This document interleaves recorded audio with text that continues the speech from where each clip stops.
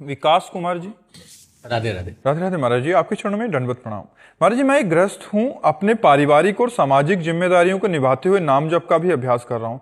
महाराज जी, एक गृहस्थ को अपने जीवन में कब उसे अपने समस्त पारिवारिक एवं सामाजिक जिम्मेदारियों से, मतलब इनका कहने का भाव है कि कब ऐसा हो जाना चाहिए कि अब सब समर्पित करके मैं भगवत मार्ग पे। हाँ, जब पुत्र सयाने हो जाए, उनका ब्याह हो जाए,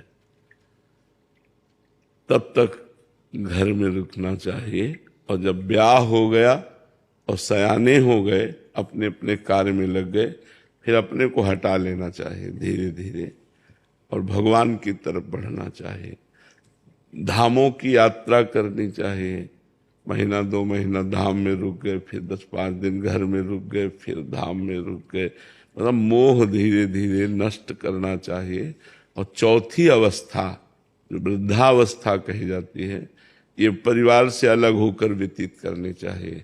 तो उसे जो सन्यासियों का मार्ग है ना, सन्यासियों के मार्ग से जो गति प्राप्त होती है, उस गृहस्थ को वही गति प्राप्त होती है जो सन्यासियों। क्योंकि हमारे सनातन धर्म में 4 आश्रम हैं।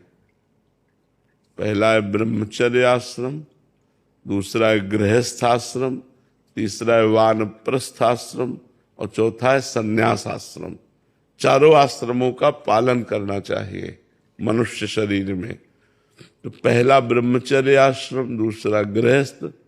अब गृहस्थ में जैसे आपकी संतानें पढ़ लिख गई, उनका ब्याह हो गया, वो व्यापार नौकरी आदि में रत हो गए, अब अपने को हटा लेना चाहिए और फिर बिल्कुल निर्मोही होकर भगवान को समर्पित करके फिर वनवास करना चाहिए। तो अब वो ऐसा समय नहीं रह गया कि हम जंगलों का कंदमूल फल खाएं, ऐसा समय नहीं रह गया। समय के अनुसार साधना होती है।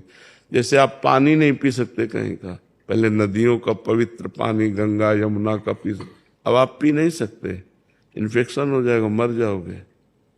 क्योंकि बड़े बड़े सीवर लाइन गिर रही हैं, तो नदियों का पानी तो पीने लायक नहीं रह गया कि भरपेट पानी पी लो। अच्छा, कुआं रह नहीं गए,